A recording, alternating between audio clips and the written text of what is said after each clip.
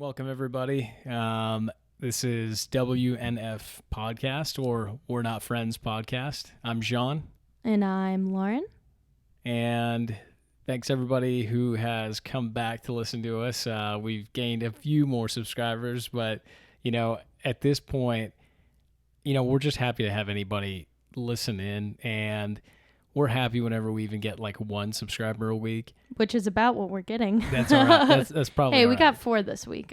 4 or 5, so Something that's like pretty that. dope. Damn, that's good. Yeah. I think that may be a record. So we're pretty happy with that. But, this is just one of those things that we're just going to keep going on with and keep filling it out. And I think once we get continuously in the flow of it and putting out more episodes, then, it'll just be nothing to spin out another episode every week. So every week it's been easier as it goes. And this is episode 7.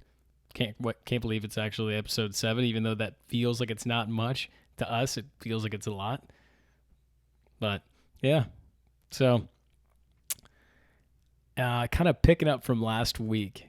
Yeah, so last week, we were in our Sunday best, going to Nobu, which, I have to say, a lot of rappers have rapped about Nobu, and I am an avid rap listener. That's am I. And they really should be rapping about how badly Nobu sucks. Yeah, Nobu was fucking terrible. And I don't mean it like it just was like sucks for like in general. There's very specific things that made it suck. First of all, I mean, I'm going to leave the coronavirus pandemic out of this first part. First of all, the build out, meh. Honestly, I thought it was terrible. Beige, plain. The kitchen that was open kind of looked like a buffet area. It was like the tile that they had in the back. It was very unattractive, and I know they spent a lot of money on the build out. Maybe we shouldn't judge on the look and feel of it. Maybe say one of their main guys went out and was kind of like looking around at different restaurants and wanted to feel out just something new, And so maybe he went to like a Fur's or a Perkins and he said, that's what I told Sean. And he said, "Hey guys, this is what we need. We need monotone, washed out colors. We need zero artwork." And I mean zero artwork. And we need the bland fixtures, light fixtures of a upgraded Motel 6. Dude, I literally leaned over to Jean, took my mask off, and was like, "This looks like a Fur's." Yeah, it was fucking bad, guys. I can't believe it. We've been to some fucking great restaurants. We were fortunate. We were very fortunate. Blessed on that shit. And we're big foodies, and even though we're vegan and vegetarian, we go out to these places that may not even really provide us much, but we do it for the aesthetic or the atmosphere of it. We're normally very grateful for them to provide things, though. We're actually not that particular outside of the whole vegan and vegetarian thing. Yeah. We literally will be like, "Hey, what do you recommend? We'll do anything. That's cool, whatever." Yeah. And that's what we did here. I tried to read the menu and was like, "Oh God, fried okra. That's exciting." Hey, guess what? It wasn't exciting.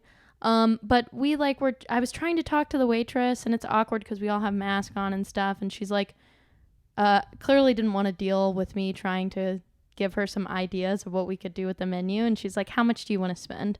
I'll bring you out courses on that." And so we're like, "Oh, how about, what's a good number?" She's like, 50 to 125. We're like, 60 sounds good. Yeah, we said 60, and she was like, That's good. She said it was good enough. No. She said it like this because I was the one who told her 60, I think. No, here's the best part, actually. She, whenever you're with a party and they want it to be all in, and they're like, "Oh, we're not going to split the check. We're not going to allow that per this table's party size." Which we do not like to pay for other people's meat. It fucking sucks because obviously there should be a difference in the amount that somebody pays versus meat versus a Because vegetarian there dish. is. Sometimes. Most of the time. Most of the time. I'd say 95% of the time. Okay, and if I'm ever the more expensive meal, I make sure to be mindful of it. Right. But sometimes, unfortunately, they call it like a custom dish or some shit. And that's what they do. And they'll make it equal to, which doesn't make any sense. But in this instance, she tells us the typical thing of that she's going to do a, the shared bill to where everybody's going to have to split it because of our party size. No, that's not actually. She said they don't split tabs. Right. They don't split tabs. Had nothing to do with our party size. No, I know. I'm assuming or whatever because of whatever reason. But anyway, so they go in and she goes and says that. And I look over to her and I said, "Oh, listen, hey, here's the deal. I can't pay for the other people's, split other people's tabs because of moral purposes. I can't pay for me, And she was like, "Okay, all right, I get it. Yeah, no big deal." But that's the truth. That's not like. No, I know that, but have I ever used that excuse before? And was it just an excuse I pulled out of my ass? I don't like to pay for meat. I know, but was an excuse I pulled out from my ass? Okay, well, when I've used that excuse, it's been a real reason. So I hear you. Anyway, yeah, it like everybody's course came and they had this like ceviche-esque, but Japanese version of it where it's, like thin ahi tuna with some scallions and jalapeno and like a lime juice. And everybody's else, the dish looks pretty full. Ours came out and it was like avocado that was either too ripe or not ripe enough. Very thin slices, like a quarter of an avocado. And it was a real bitch to eat with chopsticks. And so when that came out, I knew it was all downhill from there. So basically the food was just very cheap tasting, poor quality. It was dog shit. Here's the kicker though. We were so uncomfortable because we like we said, we haven't gone out to eat in Scottsdale, and we like pushed our seats together and stayed really close to each other, and we were like, keeping our distance from everybody, rightfully so. It's a pandemic. Right. It was very nerve-wracking and uncomfortable, and honestly, yeah, I'm never doing that again. We were getting weird looks from the people at our table a little bit, and they would do the thing where, they haven't seen us in a long time. It's my sibling, it's their friends, and then they go over and they want to close talk and all that because they want to be nice. Well, they haven't seen us in a while. They've been with those friends the whole pandemic, so it's only one other couple because they have a child in school together. The whole pandemic, they've seen each other. Right. So it's not weird. Right. So they're trying to be nice, and they go over and they will do that thing where they want to lean in because it's a busy restaurant, and I'm sitting here like pulling my face away, like not trying to like even face them whenever they're talking or projecting with their voice. I'm sitting here like being conscious, and I'm doing the shit that I totally thought I'd be doing in a closed setting where I'm like seeing their like every single word come out of their mouth, and I'm sitting here feeling like I'm dodging it. And I felt kind of bad because at this point, why? At this point, my neck is like moving and all that. And it's because that's not the way I am. I'm very engaging, typically. Yeah, but this is a global pandemic. We shouldn't have even been out in the first place. Right. So you're welcome.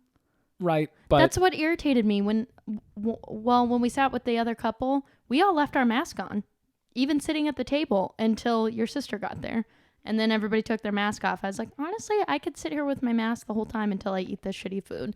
But they asked like, oh, so you weren't just uncomfortable because this is your first time out. You were uncomfortable because the food wasn't good. And it was like, yeah, what do you expect? Of course we're going to be uncomfortable. Yeah. It's a pandemic.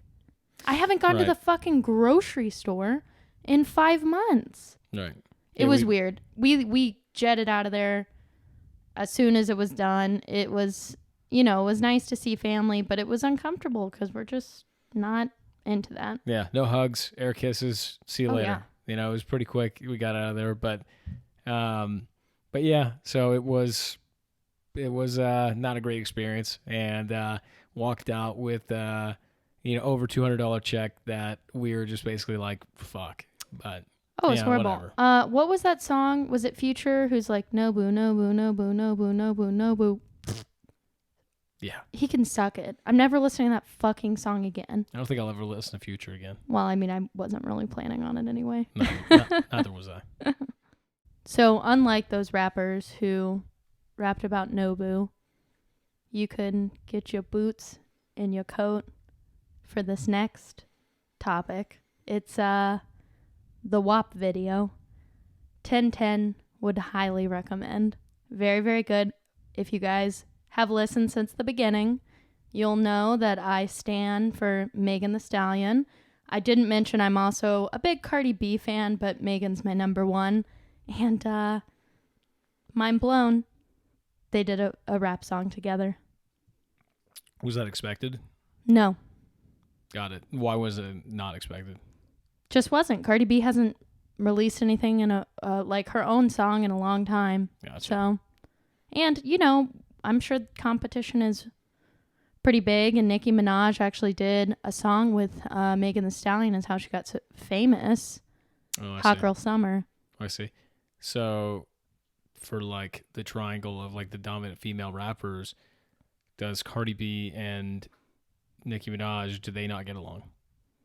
I think there has been talks that yes, they don't. They were on a Migos video, and it's like he said she said kind of thing.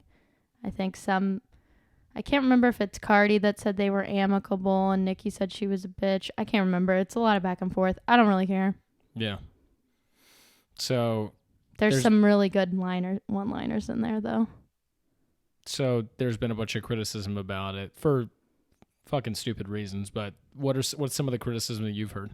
Well, I told you the first criticism that I had heard was of Kylie Jenner being in the video because she has multiple times appropriated Black culture, and so people were really stoked.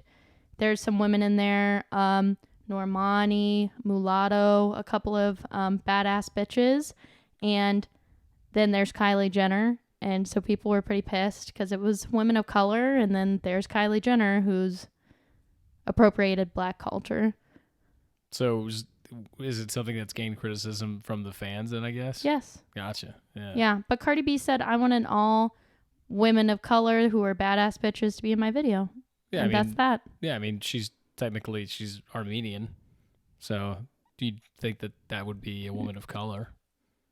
Right? An Armenian? I don't know. Okay. I mean, typically in a setting where it was not all Black women, but if it was like a big group of people, would an Armenian be a person of color? Maybe. I don't think that's really the issue. I don't think people are saying like, is she what's her status, where she's from? No, they're saying she's appropriated Black culture and been called out on it multiple times. So that's kind of a slap in the face for some badass women, Black women, to be in this video. And then there's a woman who's been accused of appropriating Black culture. So it kind of messes with the representation. Gotcha. So it's more her than anything else. Well, yeah. I mean, it's her regardless. I don't get your... Yeah. So the part of the criticism that I heard was this Ben Shapiro guy who is fucking this idiot. He's like this. He's this right-wing apologist guy who he doesn't apologize, but he tries to throw in logic. He's an attorney, but he doesn't practice, but he owns a right-wing publication that's online called The Daily Beast, and he'll typically go in and debate people and essentially throw in a whole bunch of logic, and he's naturally a pretty smart guy, and he'll go in and just ramble shit real quick. Is he though? Like, because the stuff I've heard him on, I've been like, this guy is not that great, not that smart. So the things that he's saying don't carry a lot of substance, right? But they follow a logical path. Where let's just say most right-wing shit doesn't carry a logical path. So that's the thing that he makes it different for him, is that he actually goes in and pulls real facts, which is not a thing that right-wing people typically do. Sorry, guys, but that is, unfortunately, you can't fucking deny it now. I mean, it's gone bonkers at this point. But he said, my wife, and I'm paraphrasing, he said something along the lines of, my wife is in the medical field, and believe me, and he kept saying, believe me, wet-ass P-word is is a medical disorder. Fucking idiot. And I thought that was fucking hilarious. And a lot of people are saying that's hilarious because it's like, okay, guys, I think that's a self-own because of the fact that I think your wife just admitted that you don't get her wet, bro. Bruh, that's a sick burn to yourself. Fuck. I thought that was so funny. When Do you everybody not was, know what a wet ass pussy is? Like, seriously? I don't think he does. And I think it's to the point where his wife is like probably pulling out medical books and like, never heard of such a thing. Fuck. I thought it was so then funny. Something tells me, one, the wife is lying. She's probably pleasuring herself and is well aware of what it is. Baby. But he does not give that to her. Baby. She doesn't because he said that, and he said this on Joe Rogan, he said that, you know, they are so strict on everything that I think even to the point of like they don't watch any pornography, he said something like he doesn't masturbate, and that even one of their good friends, who is a gay man, they said that they would not attend his wedding. What? They are Orthodox Jewish, and they said, yeah, and it was like, what the fuck? So they wouldn't attend his wedding because he's gay? Yeah, their friend. Oh my God, get the fuck out of here. Bullshit. Why would you Total still be bullshit. their friend? Yeah, to that gay man, what kind of gay man are you? You need to roll out, man. Don't be friends with this fucking loser. You know what? He's you can't judge people for whatever their personal relationships are. Sure. So, you know what? You're right. Yeah, for sure. Maybe they've known him for a long time. I don't know. But what's the point of life? Yeah. I just don't get it. When I hear that, sad. I'm like, guys, goddamn. There's so much more to life than this. And if you're telling me that you can't get enjoyment out of a song that says, I want you to park that Big Mac truck in this little garage, and you can't appreciate the magic of those lyrics, what's the point of living? Yeah. I'm not going to lie. I was sitting here and I realized what she means by get your boots, get your coat for this wet ass pussy. I didn't think about it. Like it's raining. Brilliant. You didn't get that? Nope. I just was like, yeah, I'm going to get my boots and my coat. I didn't really think it through like a raincoat. I just thought like a leather jacket, perhaps some nice over-the-knee boots to look good for that WAP. So, hold on a second. How long has this song been out? I don't know, like a week and a half. So, the song's been out a week and a half. You've heard it how many times since then? You could do break down by day if you want. A while. A lot. Yeah. How many times per day? I don't know, a couple. Is that being conservative? No. I don't listen to a lot of music because I'm constantly sitting in this room at my computer. So. Gotcha. So, all right, a couple times a day, week and a half. You didn't get that line after I've heard it in passing, maybe half or less. I didn't think about it. I just said it and said, yeah. I was thinking like, this pussy's so good, he's going to get his boots and his coat and go right out the door for some WAP. Damn. I'm not kidding. Well, whatever. It's amazing. Didn't realize I was more in touch with female rappers' lyrics than you were. Stop. Listen, 2019 was such a year for female rappers. I mean, there were so many, even like Saweetie, Mulatto, Doja Cat isn't really a rapper, but she has good stuff. Megan Thee Stallion, Cardi B, Nicki Minaj is still doing her thing. It was good. So it's sad. 2020 got these really, really good bops coming out, and I have nowhere to twerk to them but in my bathroom when I get out of the shower. Kitchen. And the kitchen. Living room. That too. Like hallway that leads from like bedroom to office to living room. Get your boots and your coat. That has a whole new meaning now. Yeah. Life's good. Yeah. Yeah, well, I mean, I guess the one thing I'll say about it as a rap enthusiast, and I'm not kidding about that, I absolutely love rap music and hip hop. I'm happy to see peers in their industry collaborate. Yeah. So I may not be into it. I may not be like my favorite song, but I can respect that, right? I can respect two people in their feeling of dominance getting together. You know what? It's kind of like a Watch the Throne moment. Except two badass bitches are sitting on one throne. Do you think they'll ever do that? Do you ever think they'll do a Watch the Throne album? No. No? No. Damn, they could do a Watch the Throne type album for females. Then I don't need that. I don't know. I kind of wanted Watch the Throne too, and everybody said it was going to happen. And then Kanye lost his shit, so Jay-Z's probably like, nope. Oh, Jay-Z's like, Yeah, hell no. Yeah, hell I'm no. not dealing with that. He's in the Hamptons with Beyonce on their sick-ass boat with their children, beautiful family. And he's like, my life's pretty together. I don't want to dip a toe in that. Thank you. Yeah. Some of you have kind of picked up or know that we're vegetarian and mostly vegan. And we've been fortunate in the last few years because of the fact that there's been really great meat alternatives. Among those great meat alternatives, Beyond Burger and Impossible Meat have been definitely like the Beyond top. Meat and Is it? Impossible Foods. Oh, okay. Impossible Foods. All right. And Beyond Meat, not Beyond Burger. Gotcha. There's so much more than a burger. Gotcha. So they have been the two top contenders kind of battling it out between each other. And, you know, we just got Impossible Burger as like ground beef patties.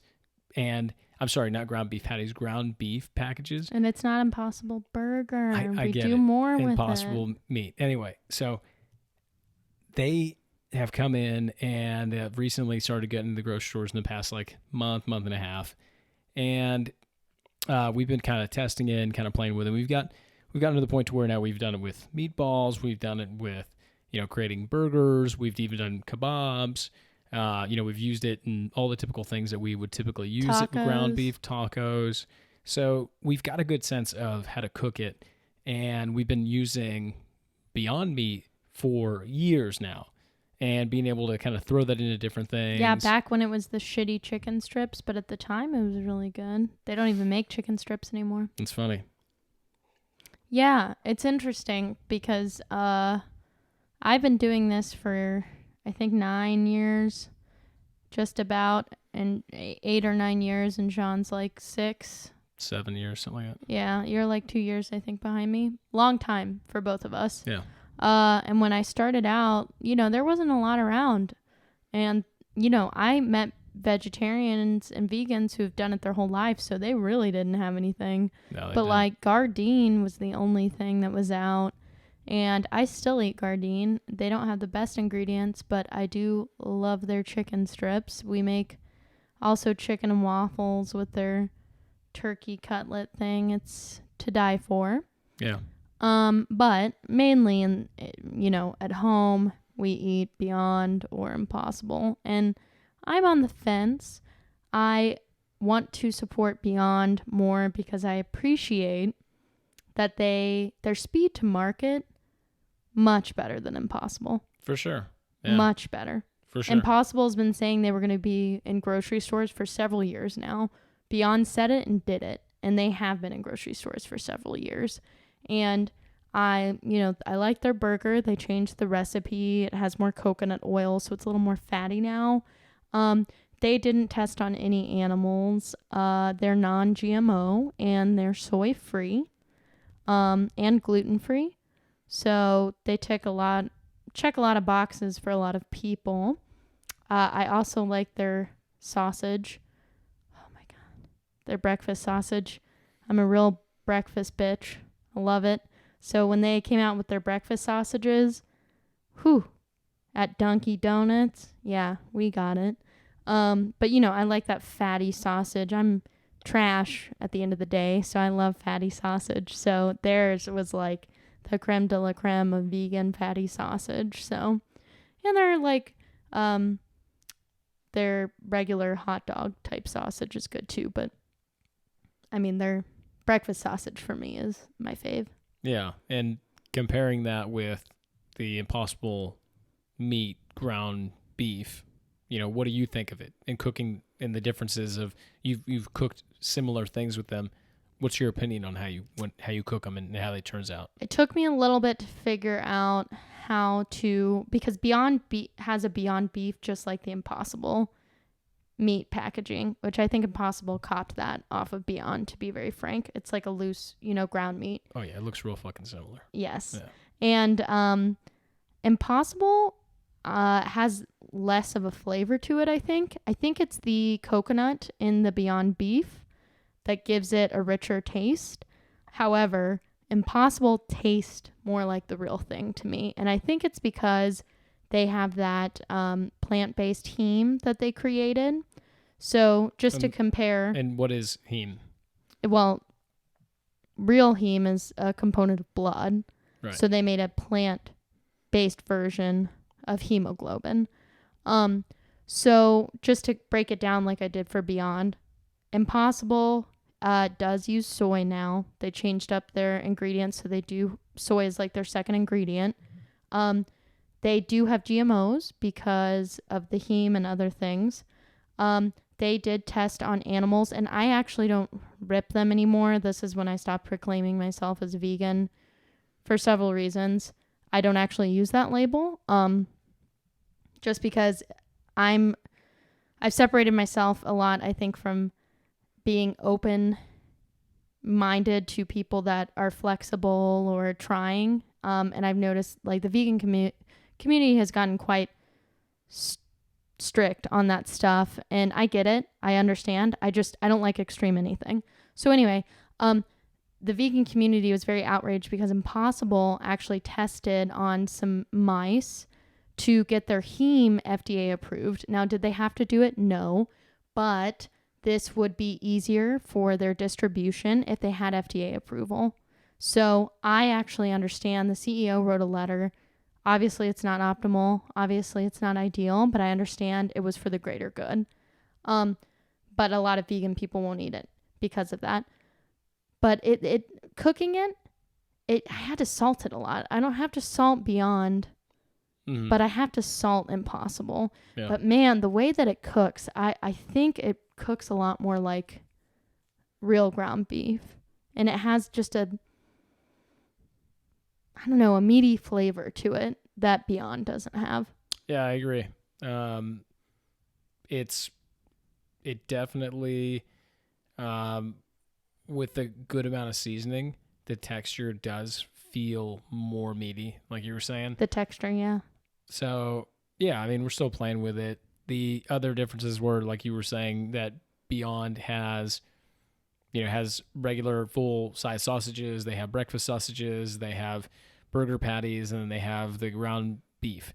And then Impossible only has released right now the ground beef. And it's taken years. It's taken years. And they are coming out with a steak here pretty soon, and then they've got bacon that's coming out pretty soon. They say pretty soon, yeah. But that's the problem with them. I don't trust their word. Right. And they've even talked about, and they've done polling on brisket as well. Brisket's so that'll be interesting, which like brisket, like my personal fucking favorite, and definitely one of those items that I definitely miss. Oh, God.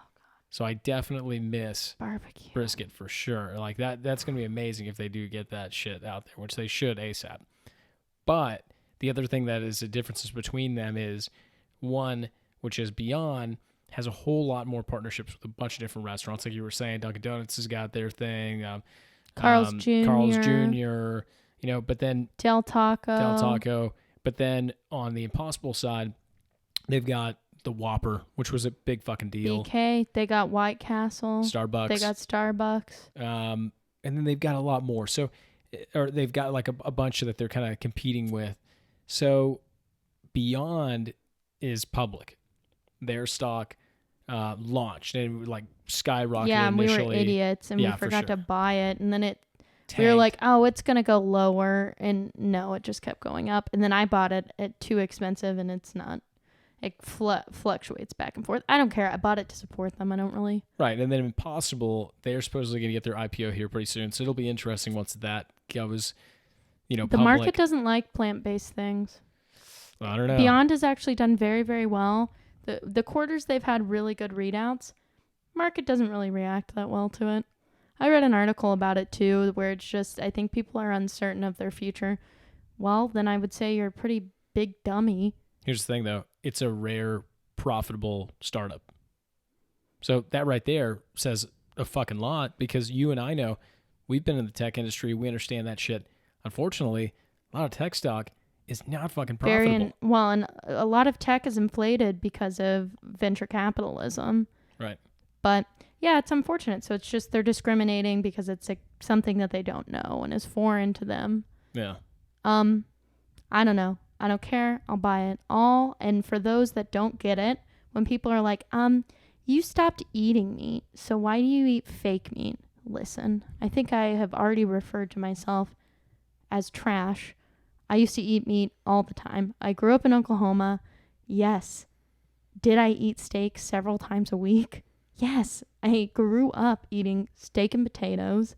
Or did I eat the fatty bacon? I literally would stand by the pan as a kid and a teenager, eat the bacon hot out of the skillet, and then everybody would complain because I would eat the bacon as it came out of the skillet, so everybody wouldn't get any fucking bacon. So you've been greedy your whole life. Basically. Fried chicken fried steak, with mashed potatoes. I live for it. Barbecue, I live for it. So I can't help how I was raised and the taste that I have, what I would give for a steak and a martini. You have no idea. Yeah, and I'm Peruvian and Italian. Right. There's no fucking... It's not like I became a vegetarian because I'm running away from the food. I'm running away from a moral thought I had behind it, and I still do, and that's the reason why I do it. That argument is so fucking stupid, and I get so annoyed whenever people say that, and I pretty much give the same answer on that. So here's the deal. It's nostalgia. I miss the uses of meat. Yeah, I miss the tasted flavors, delicious. The flavors, the purposes of it, the right amount of protein that you would get from those kind of things. And, then we're moving now to where those alternatives are working. So big news for the Democratic Party this week. Joe Biden named Kamala Harris his running mate. Yeah, I mean, not surprising to anybody at all. Like she checked all the boxes and pretty much made sense out of all the people that were kind of in the running of all that, specifically because of that he had already released that he said that the campaign was specifically looking for a black woman to be able to join him. So yeah, I don't recall that. Yeah, that was the specific thing. That was the long-standing thing that he said, I'm going to pick a black woman to be my vice presidential candidate. So that was a big deal. They had Susan Rice, who was Department of Justice, I believe. Yeah, I don't know. So anyway, so she worked with him for a long time in the Obama administration, which that was a high pick. Then he had Stacey Abrams, who almost won governor in Georgia, which obviously would have been a big fucking deal because of course. Yeah, it would have been the first black female governor in Georgia, and there's not a lot of black female governors, so it would have been a big fucking deal. So that was another interesting one. There was a few other options as well. But obviously she went toe-to-toe with him and really kind of fucking did not make him look very good. Yeah, so I recall when she spoke against Biden, and I thought she had a lot of moving points. And she really gunned for him, in the debates. Right off the bat. Yeah. And he was the top contender. Right for him. Yeah. So I understand that's the name of the game with politics. I think where Republicans may lash out is that they'll probably use some of those clips where she didn't speak highly of Biden. She got a lot of flack in California for being neutral on a lot of cop issues or not prosecuting police that acted out in, excessive force towards individuals in California. Multiple situations. There was one in 2015. And I'm sorry, I don't recall the gentleman's name. I believe he was on drugs, and the police all surrounded him, used excessive force, and I believe they shot and killed him. And she didn't follow through with prosecuting his killer. There were a couple of other instances where she didn't really do her job on that kind of stuff, and so they said she was being too soft on killer cops. Yeah, and then there was the big one where she actually went out and created like kind of a bad new law that essentially put mothers in jail for their kids committing truancy. And I thought that was really stupid. And the way she even talked about it on camera, she laughed about it and was very crude. And that's going to be a fucking Republican just clip. And they're just going to keep playing that in the black districts and the black neighborhoods because it's straight up disrespectful. Yeah. Who does she think that she was affecting with those truancy policies? Yeah. These aren't, upper class rich people that have that issue because they pay people to take their kids to school. It's, people that are in lower, maybe middle class, lower, that is disproportionately not white being impacted by that. She did say in 2009, this is something that I just found out, her book, Smart on Crime, she wrote, if we take a show of hands of those who would like to see more police officers on the street, mine would shoot up. On that note, guys, thank you so much for listening. Going to wrap up episode 7. Definitely find us on social media. What's our social media accounts? WNF Podcast. We're on Instagram, YouTube, Facebook. We need some more followers. Yeah. Also, Reddit as well as TikTok, but Jean won't record any dance videos with me, so don't expect any post. All right. Thank you guys so much. Appreciate you guys listening to us. Yeah, and please engage with us in the comments, both YouTube and Instagram. We would really appreciate more subscribers on Spotify and Apple. But we just appreciate the listen, and really we appreciate the direct messages and the engagement with y'all. So feel free to reach out. Tell us what you like, what you don't like. Give us some feedback on what kind of topics you want us to cover, because we are listening. Yeah, again, thank you guys for the engagement. Thank you guys so much. We'll see you guys next week. Have a great week, everybody. Bye-bye. Bye, guys.